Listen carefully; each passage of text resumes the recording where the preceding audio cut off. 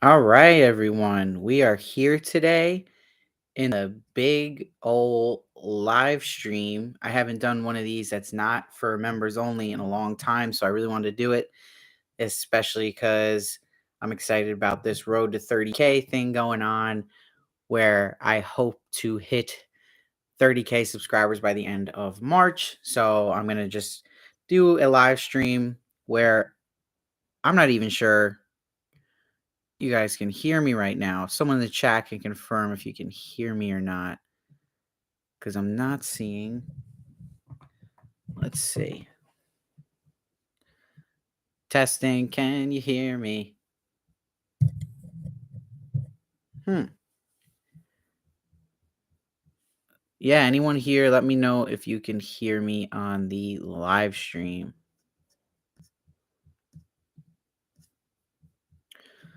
Testing. Can you hear me? Oh, you can. Great. Thank you. Yeah, for some reason it's not showing me my levels. But anyway, jumping into how you doing, Terza, if I'm saying that right.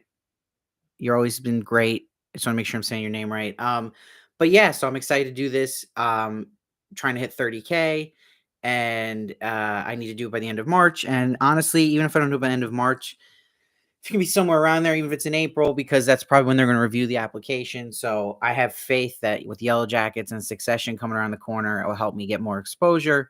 I'm very, very excited about Yellow Jackets season 2. I've been able to get screeners, just came in, so I'm holding out from watching it yet, which is very difficult. But of course, that's gonna be the big show I'm most excited about, and I'll be covering is Yellow Jackets season 2. Um, okay, good. I'm saying the name right. Hey, Gigi, how you doing? Yeah, so Yellow Jacket season 2, Succession are both going to be coming in to be the Sunday night. Well, Yellow Jackets actually is going to be on Fridays, which is kind of cool on the app. So I'll do that Fridays, and then Sundays will be Succession. But I'm just hoping I get Succession screeners. We'll see how that goes though, but I'll still probably do it anyway. And yeah, there's a lot to talk about. So what's great about doing this live stream today is I can talk about I've seen most of the Oscar nominated things and I haven't really done any reviews or interviews around the Oscar movies, but I can kind of share my thoughts, my predictions, who I think is going to win, who should win in my eyes too, and just everything about it. And that's what's crazy about the Oscars this year is that it's airing at the same time as the Last of Us finale, which is insane, and that's, the choice The Last of Us made. It really shows you how unthreatened they are by the Oscars because they moved it for the Super Bowl earlier in the year to Friday, and they didn't do it for the Oscars. I think that's going to really, really hurt the Oscars because what saved the Oscar ratings last year was the slap, right? So you have now I just feel like it's crossing streams a little bit. Not a lot, but a little bit. Like there's clearly people like myself. I'm not gonna be able to watch the Oscars live this year because I have to film my Last of Us finale review and watch that. So that goes second. I had to cancel my Oscar ballot I was gonna do. That's a big thing. That's just gonna affect. I know people who have to watch Last of Us live. So if they're gonna choose, they might say, yeah, I can watch Last of Us whenever, but Last of Us is really popular. So I think that's just gonna take away a lot of viewership for the Oscars. So I'd love your thoughts on that and what you think HBO is thinking, what you think the Oscars is thinking right now with that, because I think it's even bigger news than they're making. How much it's going to hurt viewership this year. How you doing, Em? Good to see you. Um, but yeah, that's my thoughts on just like the release of The Last of Us finale and Oscars, that whole debate going on with that. And then there's so much going on. Yeah, HBO's confidence for sure, Gigi. I think it's going to just get more viewers than the Oscars anyway. But I've watched most of these movies, and before I jump into my thoughts on all of them and the performances and who I think is going to win Oscars, again, I'm not going to spoil anything, so don't worry about that. I am very, asking anybody here who watches today, any way they can share my channel to get more subscribers, anything, please. It would just, I just can't stress enough how much this 30K number will help me in so many ways, just for so many opportunities and stuff. But about that, yeah, what a comment about America that they moved the showtime for the Super Bowl, but not the Oscars. Yeah, really, really true. Um, so thanks, Em. I appreciate that. All right, so best picture, right? So there's a great, if anyone wants to really get into Oscar stats and things that can happen with the Oscars, there is a great Hollywood Reporter I'll give him a shout out. He predicts the math every year, and I would always use that as a basis for Oscar pools. But Ben Zalzimer, and he doesn't say it by his any gut what he thinks happened. He's just going by previous award shows and what the odds are of who's going to win. And he's very close, but there's always surprises. But he's mostly like gets it right. But you could see so this year Best Picture really was a close race to me, definitely with award shows at the beginning, but that's kind of fading away now. It's really kind of everything, everywhere, all at once or bust. So second to that is Banshees of Inisherin, and they have everything, everywhere, all at once at 68% chance of winning, and then the next one is Banshees with 8.9, and everything else is very low. So I agree with that. I think that's going to be the case that there's a slim shot Banshees could take it, but everything everywhere all at once will take it. I think that out of all these best pictures I've seen, Everything Everywhere All at Once, I actually did review a while back when it first came out in theaters. I actually forgot I reviewed it, but I gave that one a 9.6. I still think that was the movie of the year. And then, though, I watched as many of these as I could, and I watched Banshees recently, and I had no interest in this film. It just looked slow, boring, like one of those very like Oscar bait movies. But it was complete opposite to me. I absolutely loved it to the point where I would have given that 9.5. So, like, it's that close, and it's the first year in a while for me. I'm happy if either of those 2 wins. Like, I'm like, yeah, they both deserve it in my eyes. There's not one I'm like, that one has to win." Like, I'm not, like, fighting to death and so passionate about one film. I think those 2, I'm just happy if either of those 2, I think they're the most deserving and are at that best picture quality level of watching. And then you go down the line, right? So you got Tar. They have his third shot. I thought Tar was a solid film, but man, the pacing and plotting in the first half was so excruciatingly slow that you get your payoff, which I was happy about. And I really, really liked the second half, but it just felt it got too long to get going and almost too much jargon with the conductor stuff to kind of pick up on. But Kate Blanchett is great in it, but it's not a best picture film to me. I think I would give that one like an 8.7. And then The Fablemans was my biggest disappointment out of these. I love Steven Spielberg, and I was very excited about it being about Steven Spielberg.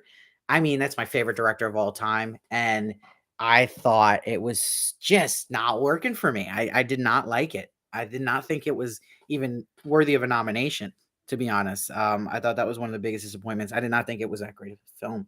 I think in my ratings, I would have given that like a 7, maybe even 6.8. I just did not like it. And then Top Gun was great. That's not going to win though, but that was just a great film, like blockbuster wise. I was surprised by Elvis. I had no expectations with Elvis, but I really enjoyed it. And why it's surprising is because I my least favorite like type of film or show to watch is anything that's like music biopic. I always think they're the same thing over and over where, they get the big producer and then they're all excited and they all start doing drugs and fighting and then they kind of have a sort of peace at the end of the film. Like these are like just all these movies, the Queen movie, Elton John. But Elvis was different and I thought that it was exciting and felt original in that genre, and it really is so much to the performance of Austin Butler. I mean, he was Elvis. I grew up in a house where Elvis was on all the time, like, just the videos, so when they were showing Elvis and this actor reenacting those scenes, I was like, "That's Elvis, like, he is him." So, I'm gonna get into the performances in a second, but that performance is as good as they say. I was blown away, and I didn't expect that, and I didn't really expect to enjoy the movie, but I really did. So but it's not Best Picture, but it was good. I haven't seen Triangle of Sadness, didn't see Women Talking. They have a very low shot. You know my thoughts on Avatar: Way of the Water, I did not like. Um, let's see. So let's go back to the comments here. So Gigi didn't like Everything Ever All at Once. That's rare. It's funny. I have one of my best friends. Shout out Dan Spaventa. I'll put him on the record here. He doesn't like Everything Ever All at Once. So it is rare, but there's a lot of people who weren't crazy about it. Gigi says Tar was slow. Oh my god, and I didn't last the second half yet. I mean, that first half asks a lot. Uh Annie, what's up, Annie? What's your fave Steve Spielberg movie? Steve. Annie, it's so good to see you here. My favorite Steven Spielberg movie is E.T. And that really changed for me like a year ago, where I was just like, I was crying into my pillow. It just hit me so hard. It's such a magical movie. Like that's the movie magic for me is E.T. I love that. But I love so many Spielberg, but that one for me is just on the top. Gigi, I haven't seen any best film, but Quiet in the Western Front, that was amazing about World War One. And that's one of the ones I didn't actually see, but that's good to hear. E.T. Oh my God, Louis here. So that's Louis, best friend right there. He's in the chat. Follow him on Twitter, Instagram, TikTok, Yelp. And then we got Catalytic Cactus. I never thought a movie featuring a butt plug fight scene would be the front runner for Best Picture. Yeah. Well, that's the funny thing about Everything Everywhere All at Once is like it's changed now, right? Like back in the day, the slower, very Oscar type movie like Banshees would be the favorite. But you see how it's changed. Like people want something that's fresh, new, unique, and that is Everything Everywhere All at Once. Like whether you liked it or not, it's the most different movie. I remember leaving that movie feeling like, wow, that was really original, and it was just a different experience. But it was also great, and I thought it was powerful, and it was with the times too, which is also important. What's speaking to people right now a lot. So I really do think that is a lock to win. And then let's see. So best picture, it kind of relates to best director category this year. The favorites are the Daniels for Everything Everywhere All at Once. I think they will win with Martin McDonough a close second with Banshees, which is totally deserving as well. So I don't think that's one of those crazy ones. So let's get into like the actor thing for a second because I want to talk about a movie that is in this actors category. So the favorite like early on in this campaign for the Oscars was Brendan Fraser for The Whale, right? And I feel like Brendan Fraser is in that category of what Michael Keaton was with Birdman, what Sylvester Stallone was in Creed, where he's the hero. Everybody loves that actor and wants him to win. It's a good story, but they always start the campaign way too early. And then it gets almost too sappy with the interviews with that actor.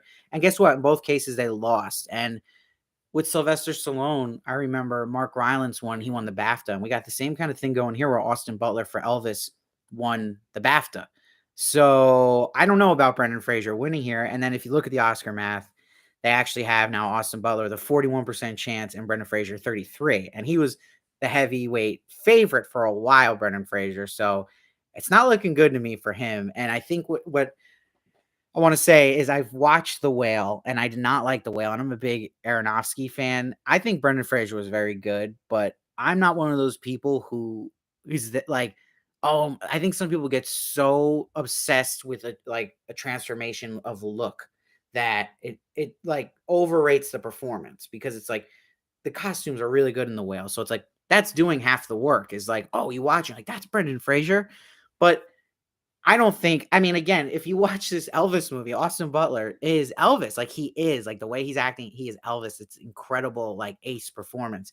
So, I get if Austin Butler wins. I'd be fine if Brendan Fraser wins, but I don't think it was, like, amazing, and guess what? Colin Farrell, he doesn't really have a shot, but he was so, so good in Banshees that I would think he probably is tied for me with Austin Butler. I don't think he'll win, but he could because it was amazing performance, but I mean, I think it's gonna be Austin Butler's night, not Brendan Fraser, because just look at the history of the Oscars. It's just a thing where there's the guy everyone's rooting for, but it's like almost too early they get their campaign going. And just another thing, Darren Aronofsky kind of screwed his own film and nominations over because he was so stubborn about he wanted people to see The Whale in theaters. So it was like the last one to get to streaming, which is still important for Oscar voters, even though they get screeners and stuff, just with buzz, right? People watching the film. You had to see The Whale in theaters for the longest time. I think it just came to streaming like 2 weeks ago, and that's when I finally saw it.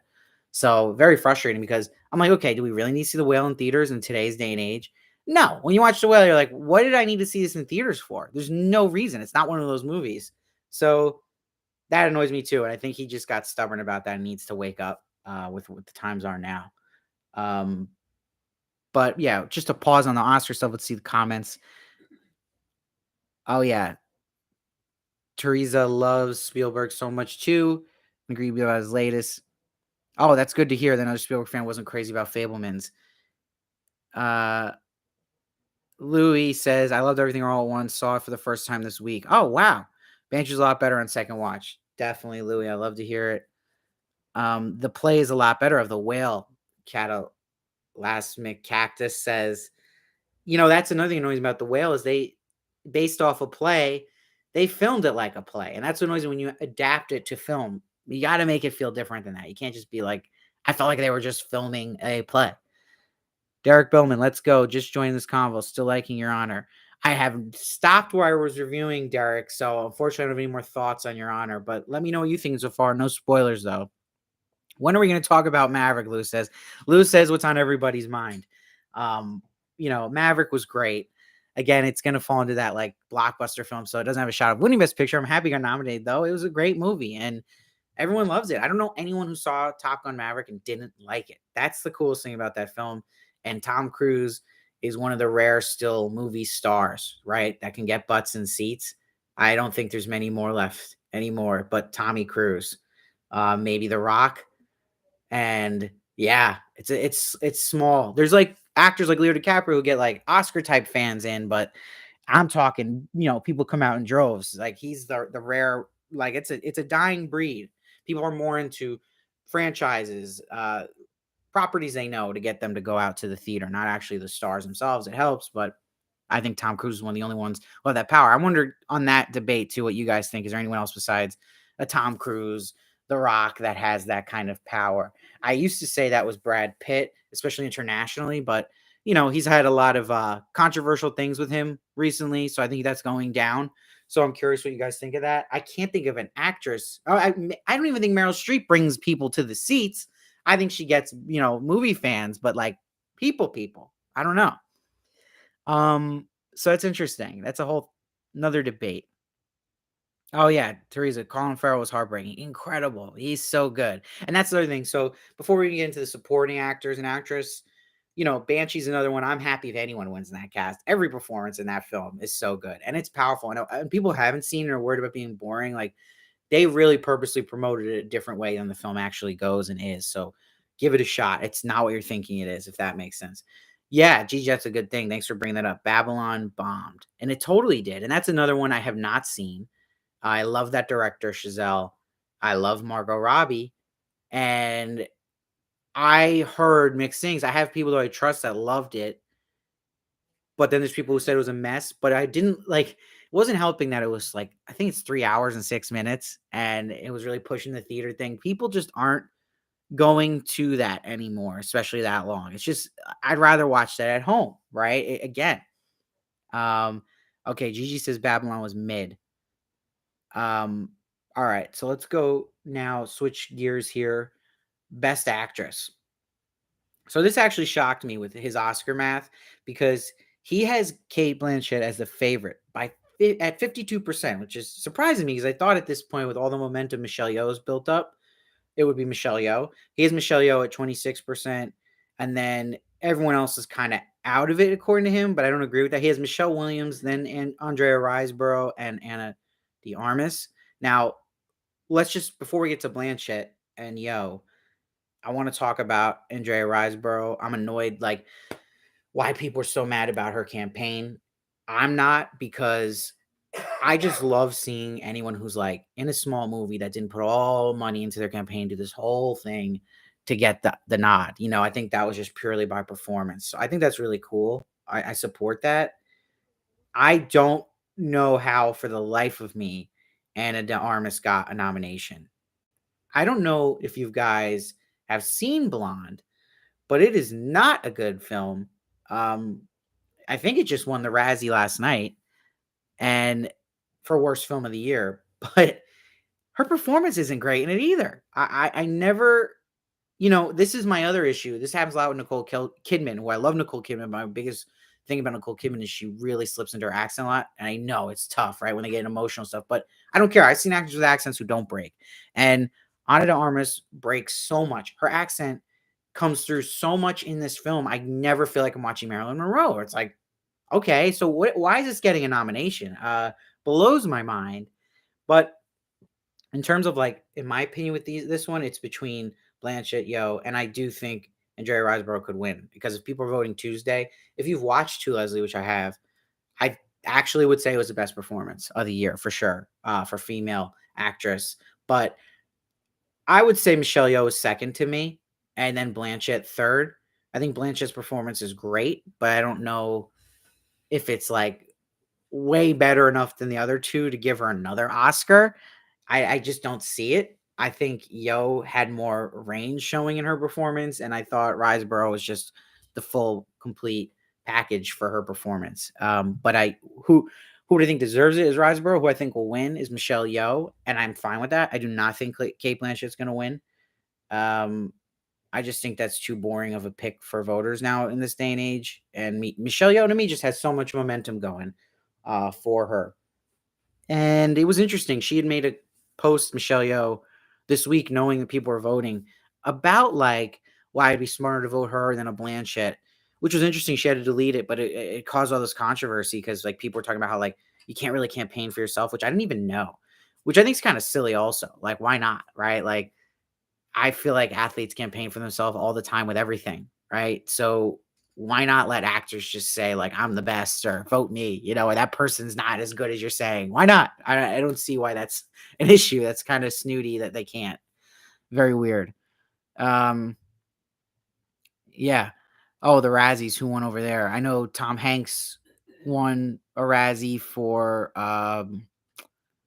Elvis, which I actually don't agree with. I thought he was great. And I'm going to say I don't agree with the Jared Leto one. I think they gave it him for Uh, the one with Lady Gaga, now I'm forgetting its name, about Gucci, House of Gucci, or they gave him for Morbius. I still don't think he deserves it. I don't know.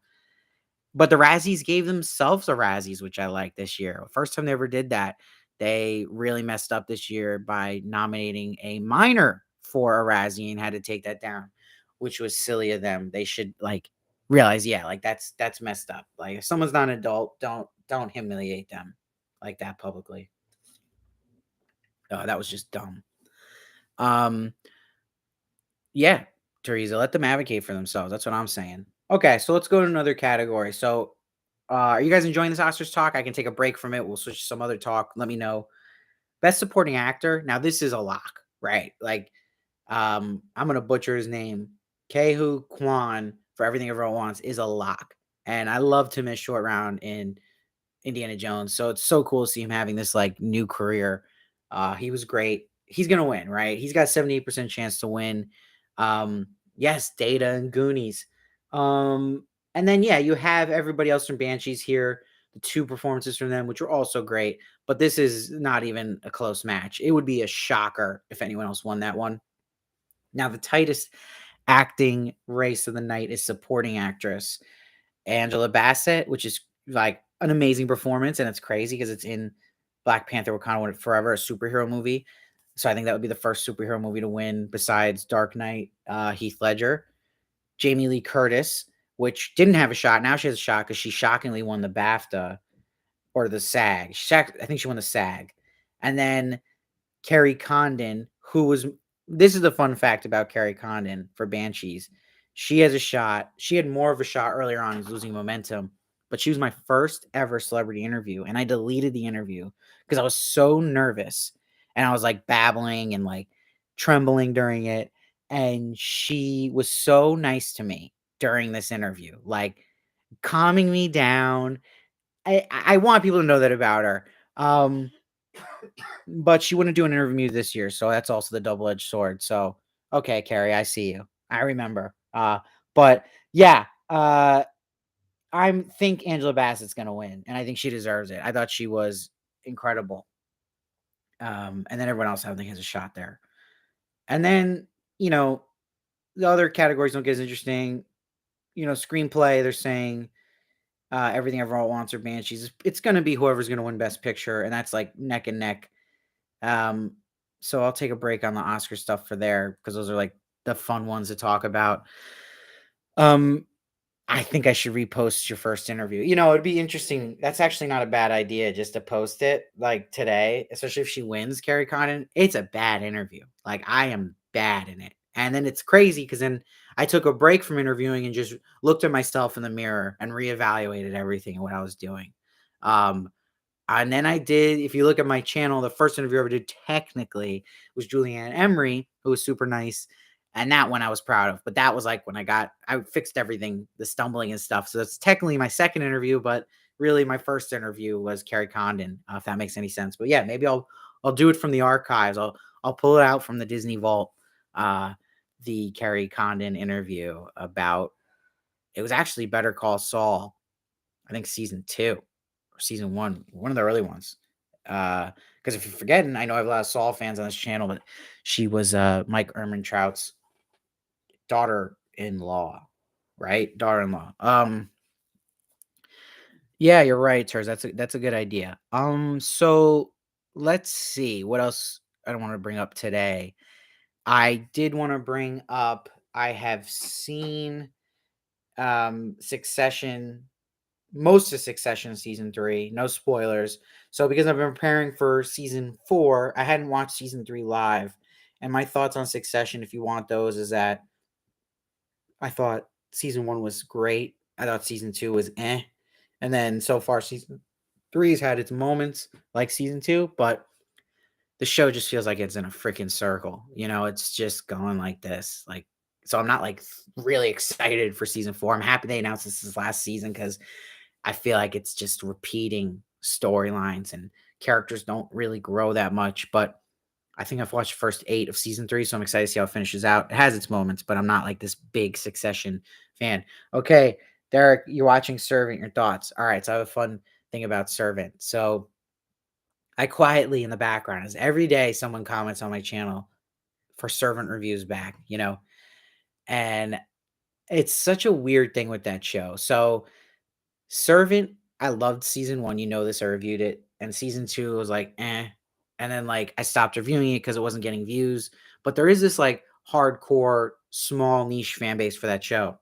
But when I'm saying small, it's small, right? Like, you can't just go by Reddit. Like, Reddit has a lot of people, but it's just not a popular show in all means. Like, it really on rankings and where it's streaming numbers, it's very, very low. But having said that, I've kept up with it. I got to do interviews for it this year, which was awesome. Do the red carpet. You can check that out. But I've officially watched the newest one. I'm caught up. And I can't share my thoughts on the next episode. I've watched the finale. I just watched it of the show in general. I can't share my thoughts on it yet. That's embargoed, but I can share my thoughts on Servant, what I've seen in the past 2 seasons I didn't review. So I thought season 3 was fine.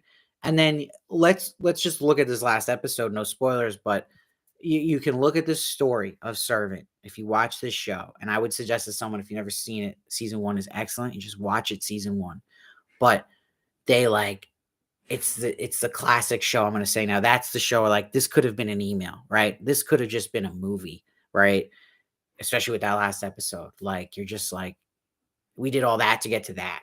That's what that show has hit for me, which is very disappointing. There's so many just pointless episodes in that show, and it used to not be like that. And it's crazy they originally scheduled it to be 6 seasons. They had to cut it to 4. I was like, how is this going to be 6 seasons? It's just so stretched. There's so much stuff. We're like, I would say for that show, you can literally watch all of season 1, watch the really good episode in season 2, and then there's like another really good episode in season 3, and then watch the last 3 of season 4 and you're set. That's the story. Everything else is just nonsense. That's what I didn't like about that show at the end of the day.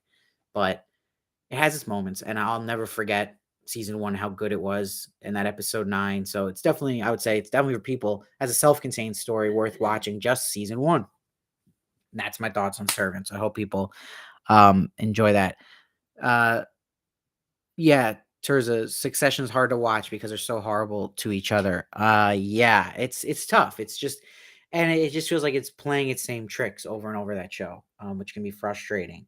So I am, you know, there's a lot of stuff. It's weird. I just want to talk about too, just about TV in general, because I finished Poker Face. I thought it was a great show, and um, it's like everything coming out, there's so much content and so much less time for people to watch. People are busy again. They're not home because of like COVID anymore. So like it's really like I feel like shows only survive if they already have an audience, if they're attached to a property like a famous book, or word of mouth. It's got to be word of mouth. It's got to be later on people saying, "Oh, you gotta watch the show. You gotta watch the show." Or I would say if it's on Netflix or HBO, it's fine. But everywhere else, like if it's not on Netflix or HBO, maybe Prime, it's very hard to build an audience right now. And people are just watching things less and less. So it's tough. It's tough for everybody who creates around it like me because it's just we're half of our success goes to how good the show's doing that we're covering. So you're hoping they get viewers, right? And it's like, sometimes I think something's gonna blow up and it doesn't. And sometimes I think something I do isn't gonna do good and it blows up. Like the mystery of the show Warrior Nun has a very passionate audience. And again, still my biggest video of the year was an interview for Warrior Nun that I almost didn't even feel like doing. And it just did amazing. And it still is just constantly getting fed and people sharing it.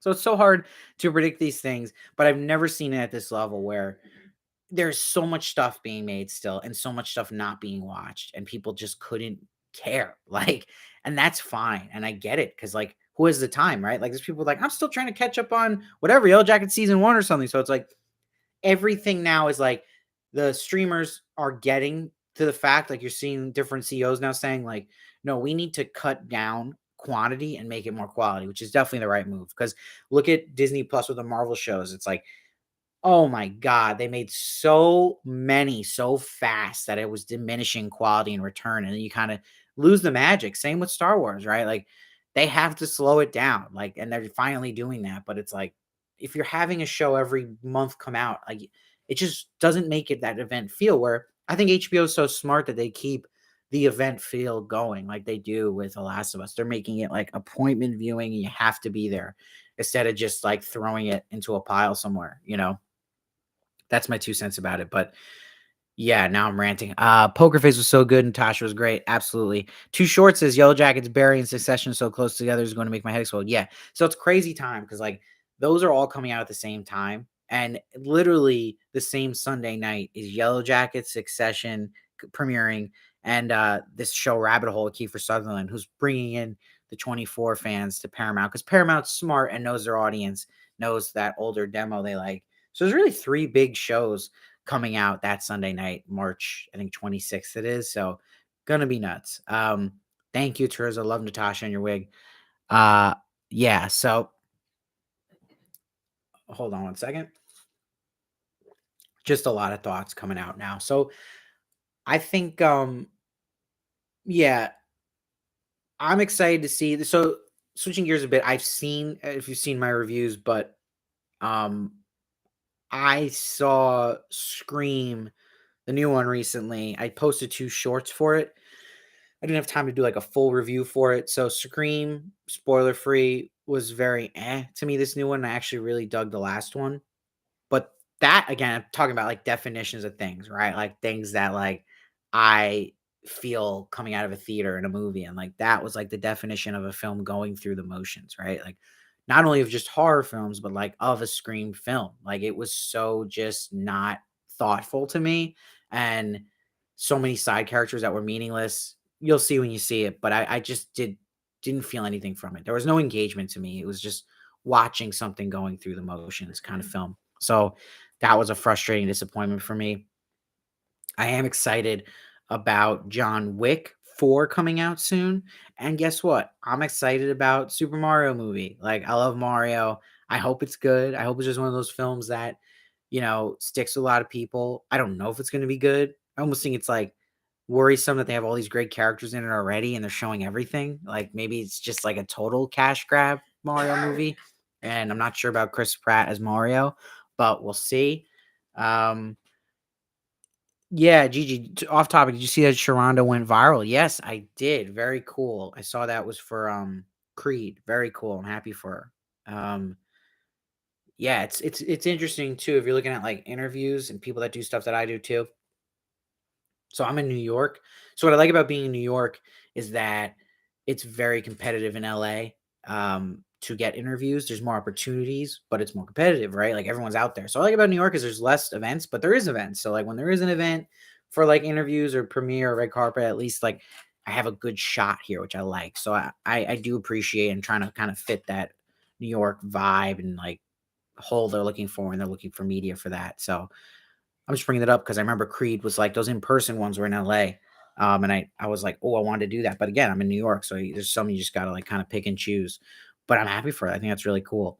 Um, yeah. And then I'm trying to think what else is kind of coming down the pipeline. So you got John Wick's coming out soon, movie wise. Like I said, Mario. I haven't seen Creed 3. Unfortunately, again, I love sports in real life, but I'm not a big sports movie fan. I think another falls in that trap of what these biopic like music films do too, where it's just same kind of formula. You're waiting for the final fight in a Creed film, right? Like the Rocky films. But I hear it's great, and I love Jonathan Majors very much. He's incredible. So I think that's just worth a ticket alone. Gigi doesn't like sport movies either. I'm with you, Gigi. Um, yeah, and then speaking of just finales, right? So I keep mentioning it, but Last of Us. So I haven't really talked about Last of Us here, but I'm very like impressed with the last two episodes. Those are my like that gave me more faith in the show because I was very annoyed about pacing issues of the whole season as a whole.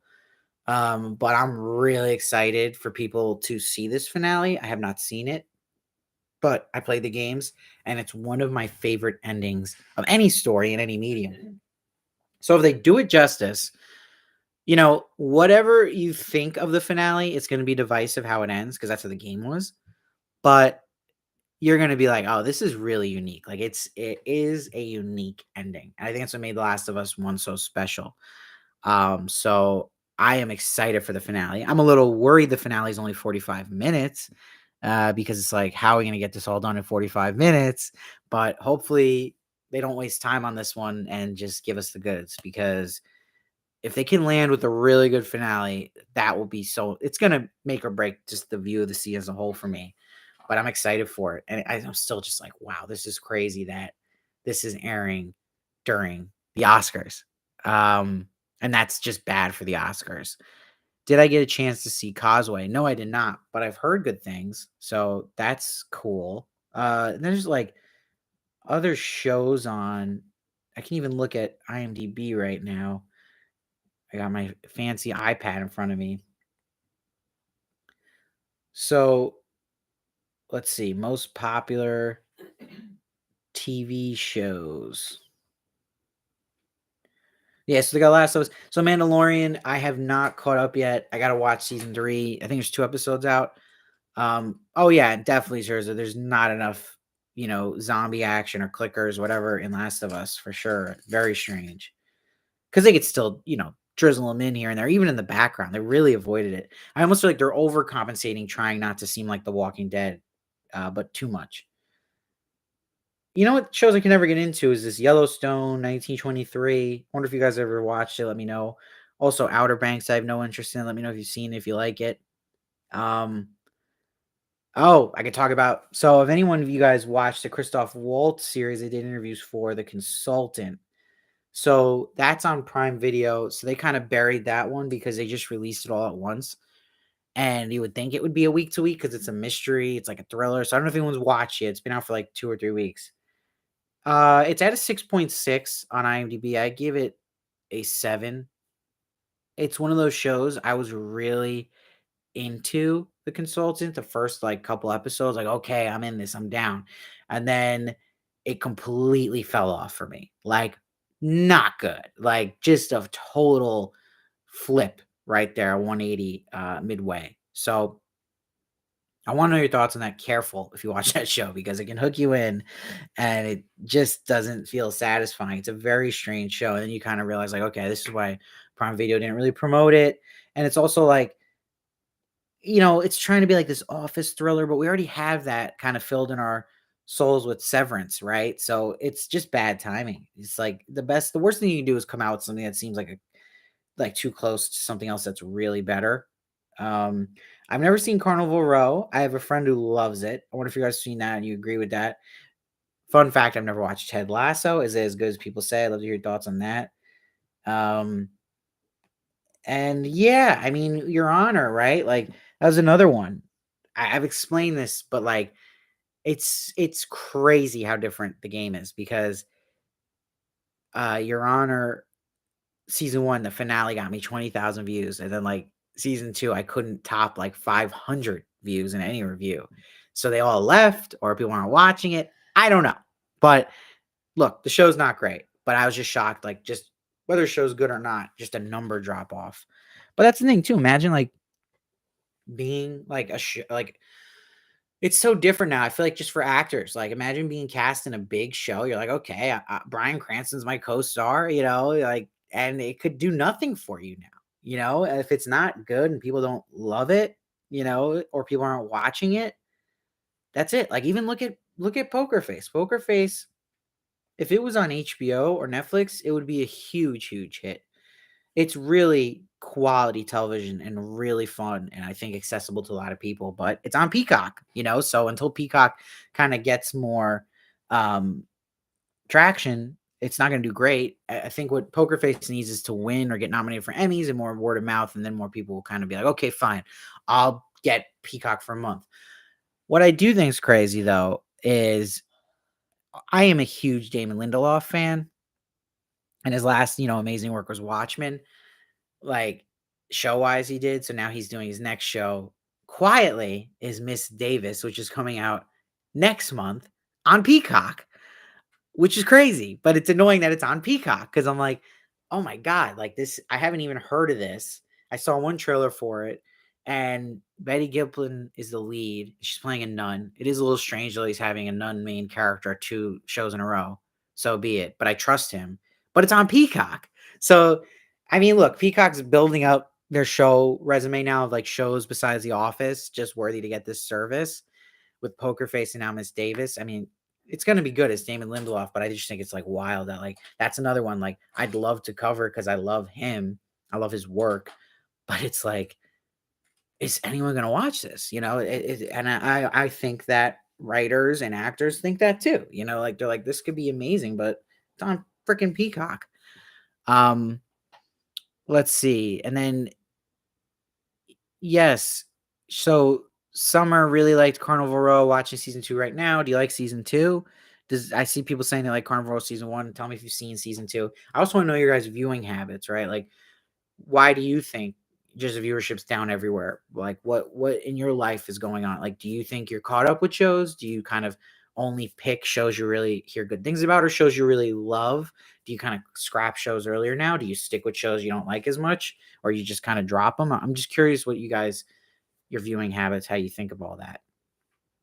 I Yeah, it's tough. And it's tough with YouTube now. YouTube is different. YouTube is not the algorithm it once was.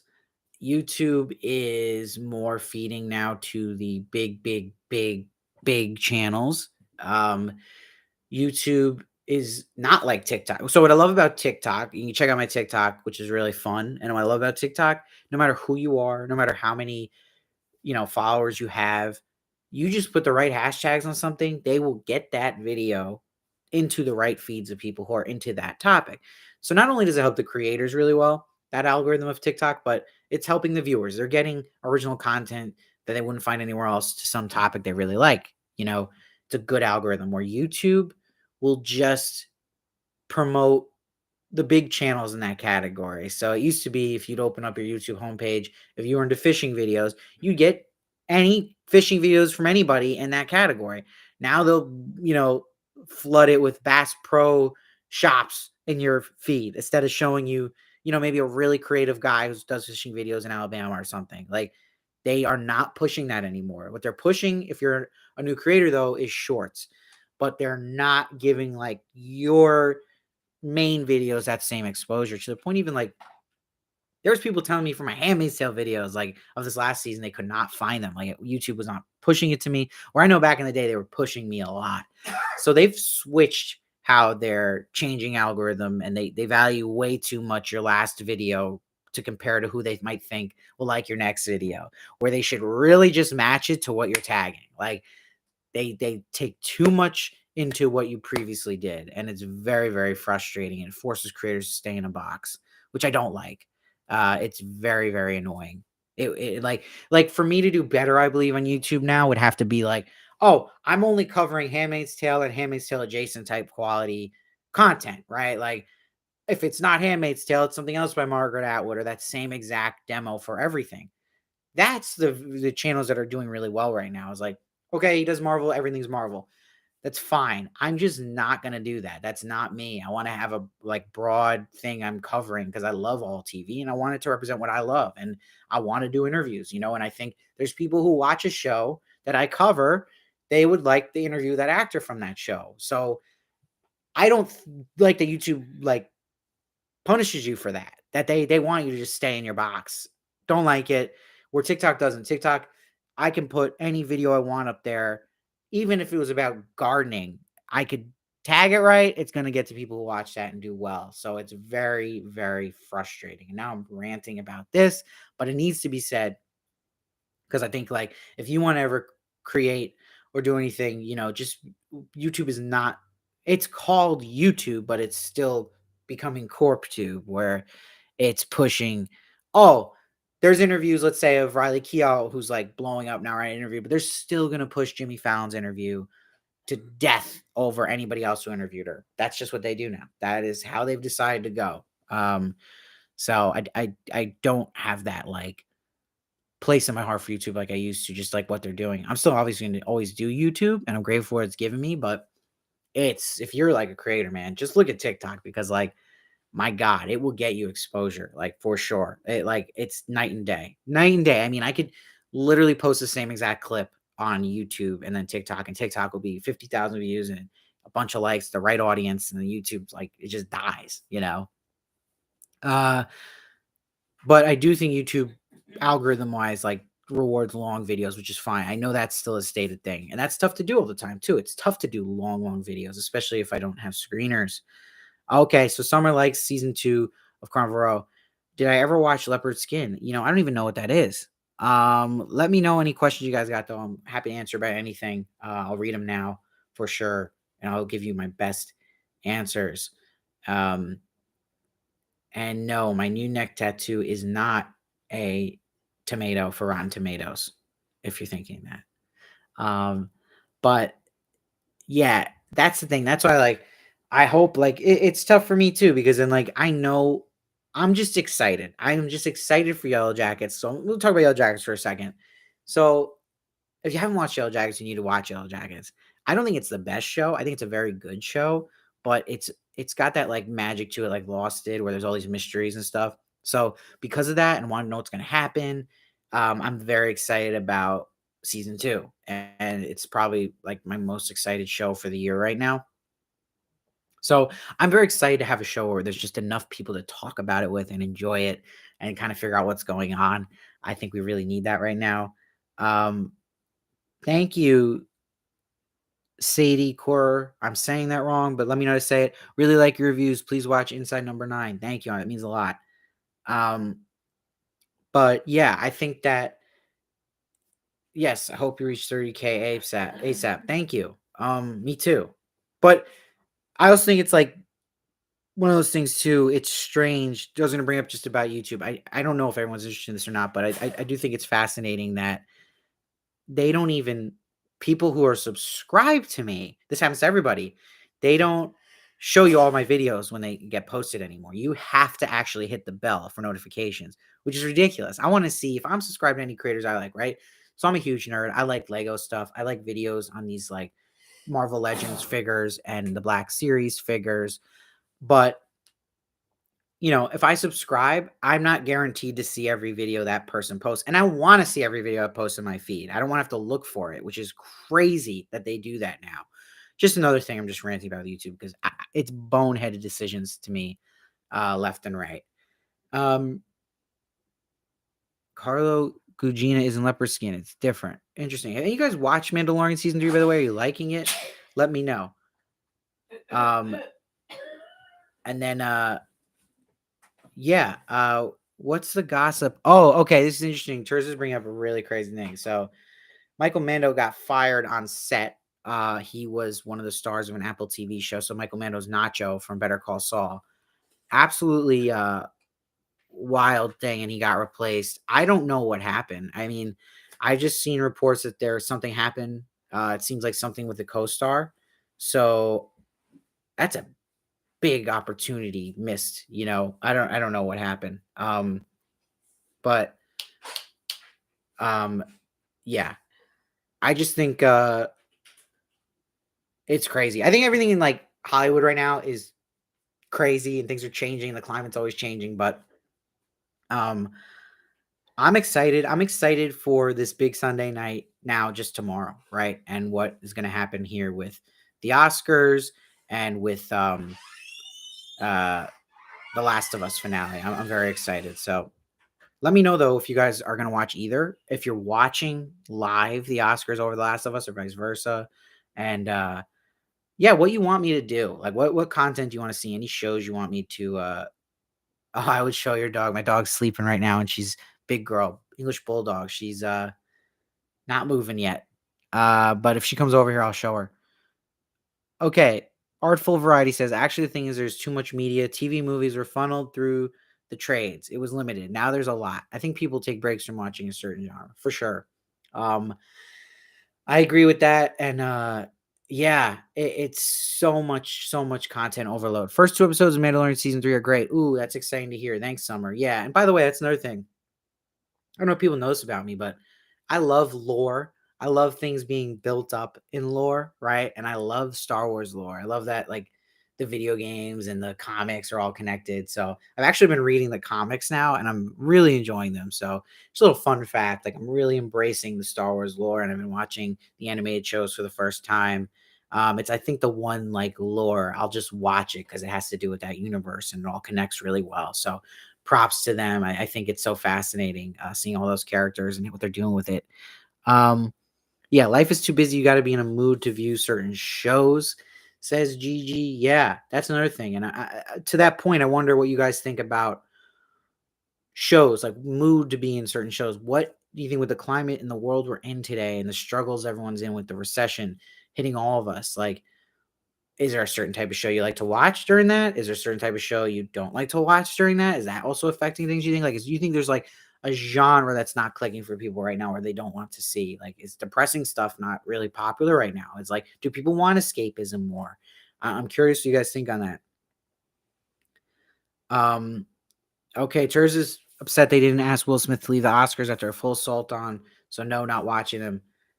Thursday, I totally get it, and I'm curious if you watch Chris Rock's special about it, and about what he said about Will Smith. Interesting stuff.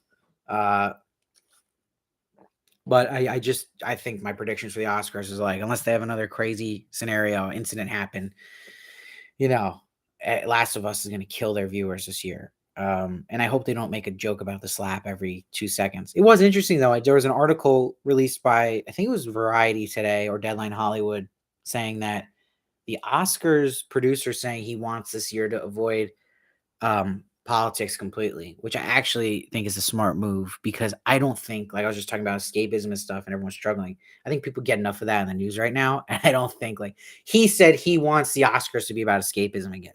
So I think that's the right. If there's one thing I agree with what they're doing, like, yeah, I think that's the right move this year because I don't think like we need like monologue after monologue about like stuff we know about already and have to keep reminding us that's been struggling, in the world. So yeah, I think that makes sense. Like angle at the escapism kind of like vibe of Oscars, bringing some joy here. I think people need it. So yeah, let me know what you guys plan on watching and maybe what you think deserves an Oscar, anything you're passionate about, a performance, a movie, and what you think will win. Let me know too. I will say I find your interviews to be your best videos. You have a great way of connecting with the guests. Great stuff. Wow, Summer, that means a lot. Especially because like I know, like when I post interviews, I know they're not gonna get like these crazy views. And I know it's like interviews in general, no matter who you are to me, is like reviews are always gonna do better. I agree, reviews are more interesting, but I'm very passionate about review interviews. It's my dream. It's my number one thing I love to do. I love talking to celebrities and famous people. It's like why I get up in the morning. I want to do this. So that means a lot. Like I really try to make them as interesting as possible. And I try to make sure every question I'm asking is getting that celebrity or actor or whatever sitting up in their seat. Because about these press days I'm on, they're getting asked, they're doing like 50 interviews in a day. So they're getting asked the same questions over and over. Like, tell us about the movie or, and I'm trying to always think of something that catches them off guard and gets them engaged. I think that's the key. Have I visited the Jacob Burns Film Center? I think I have, Veal, but I don't know if I remember actually, but I definitely have. Have you visited the Lincoln Film Center, Veal? I love the Lincoln Film Center. I was recently there for the first time. Well, one of my favorite best of the year is Quiet on the Western Face. Man, Gigi, I gotta watch this, and you want to make me watch it now? Quiet on the Western Front. Um, Entertainment is for escaping the road, so I agree. My favorite thing about Lady Gaga, she entertained us for a halftime show without bringing the Trump election when everyone thought she would. Well, Lady Gaga had a great halftime show. I mean, she jumped off the roof or whatever. That was insane.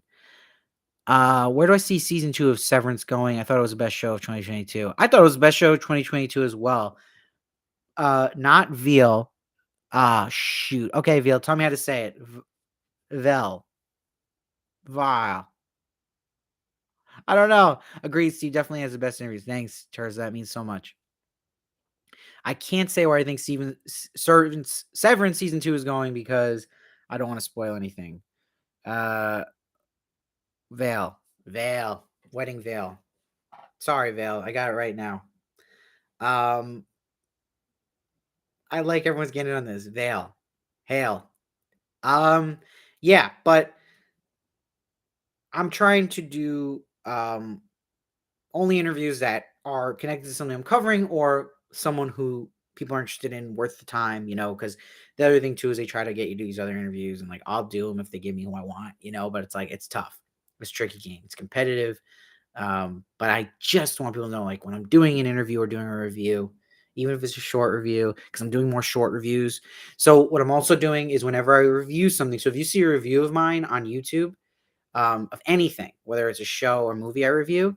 I'm also doing, after I film it, I'm doing a short version I'm filming. It's a minute long every time now. So if you see, oh, Steve posted the Last of Us finale review, which you'll see, the regular one, you can go, it might not be in your feed, but you can go to my channel and I'll have the short version as well every time now. So there'll be two versions and it's not from the same video either. I just do a clean 1 minute review and I share that now on shorts and I share it on TikTok, and it's kind of like YouTube's kind of forcing people to do more shorts. That's what they want, right? They want to be TikTok. Everyone wants to be everybody else in these companies. But I want people to get a heads up on that. Like, if you want short versions, there's plenty there for you to watch. If you don't got the time, you can check those out.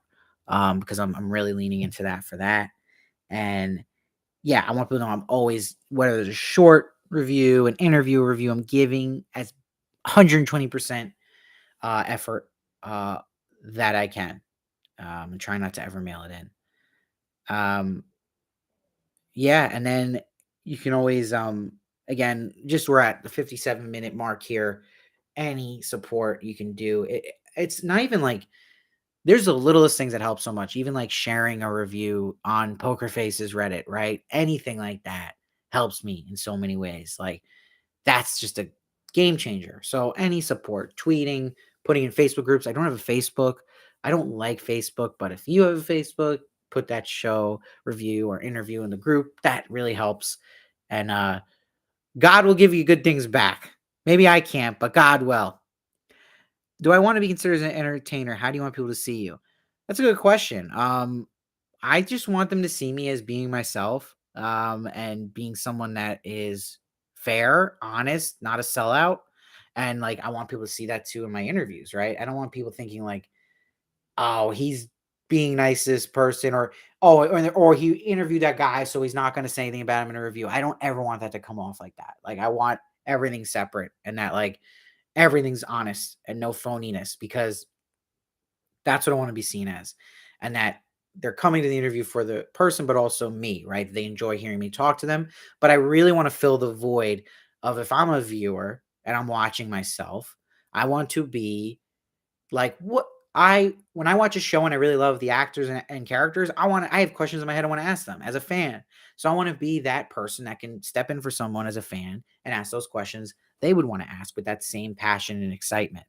And that comes with the reviews. I want to, if I have strong feelings about an episode of a show or a movie, I want that to translate to what I'm doing on screen in my reviews. So that's what I'm going for. I think that, uh, yeah, that's the main thing I would say to that. And that my problem is I am just so frustrated. This is going to sound like such a jealous person, but I am going to say it. Like, even so many people who are on Tomatoes now that are critics, like, they're not critics to me. They love everything. They're people that recap things and they don't actually review it. They don't want to point out what they don't like. They want to keep being invited to premieres. They want to keep getting the viral tweet because they literally, you'll see with a lot of Marvel films, in particular, they'll tweet like, "This person was great. This person kicked butt, and this is the best blah blah blah in the series to date. Go and see it with the whole family." And then they put the gif of the character, and then it gets a shit ton of tweets. But they're doing it because it's getting them views. They're doing it because it gets in good graces of the studio, and it's not honest. And I hate that. I like because if it was honest, they just got to mention something they didn't like, right? It's different if they like something 100%. But if you're giving it a 3, why isn't it a 5? Mention the 2 things you didn't like. Like that's the stuff that drives me nuts. But they're scared to do it, and I think like a lot of people get confused in that where I just don't see them as critics, but they're getting credited as critics. But to me, they're recapping or they're fans. That's the whole thing at the end of the day. If I wanted to see people just praise everything of the show I really like or a game, maybe I feel that way one day. Everyone does, right? I can go to a Reddit. I can look at Reddit, reactions to an episode. It's mostly going to be people gushing and gawing over every freaking thing in the episode. Uh, but I don't want to see that out of critics. That's not their job. And it annoys me that those same people get credentialed. So maybe because they have a lot of followers, because they fit, a group, right? Like, oh, I am somebody with glasses who only reviews Marvel. So now no offense to people with glasses, great. But I'm saying like that is a niche, right? So then they give them all these because they have all these followers, but they might not be like doing criticizing. They're just praising everything. That's my point. Okay. I'm done ranting. Let's see. There's so much content there. Summer says had to put stuff on the back burner. I have only watched 2 episodes of Your Honor, season 2. I love that you're not a sellout. Honest quality reviews keep coming back. Thanks, Terza. And thank you for being a member. I see if you guys look at Terza's profile, she's got my old logo when I had hair. That's big. And you only get that if you become a member today. Become a member today. Yeah. Thank you. Wedding veal. Veal. I ate too much veal, I guess. Yeah, some TV shows just suck. Yeah, it's not even just like saying things suck, right? It's just like I think everyone thinks everything's perfect today, right? Like everything is Godfather. Everything, masterpiece. Everyone says masterpiece, Um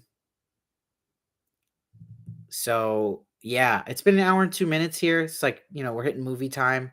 Like, I hope you enjoyed my movie today. Before I head out, please, any other questions you have, let me know now and I'll answer. That's why I'm here. I'm here for the people. I support you guys joining me today. I hope you've had fun this morning. Instant classic. Exactly. That's another one. Instant classic. Chef's kiss. Everything chef's kiss.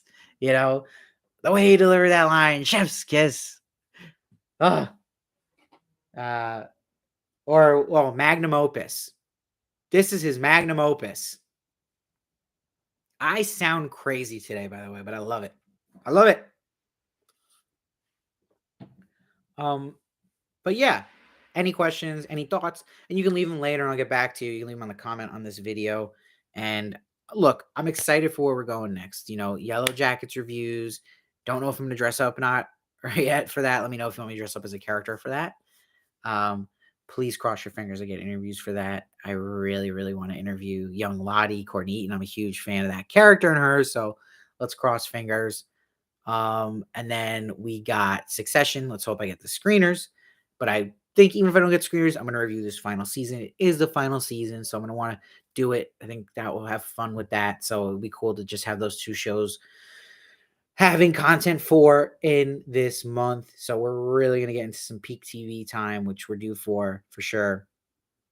And you're right, Terza. Keep reminding me because I'm going to forget. I really will. I'm going to post that Carrie Condon deep cut. I got to find it first, but it's there somewhere. It's on a hard drive somewhere. But thank you, everybody, for this great time. I appreciate you guys. Seriously, every single one of you. You're not just a number. You're not just a subscriber. You mean something to me, and I hope I mean something to you.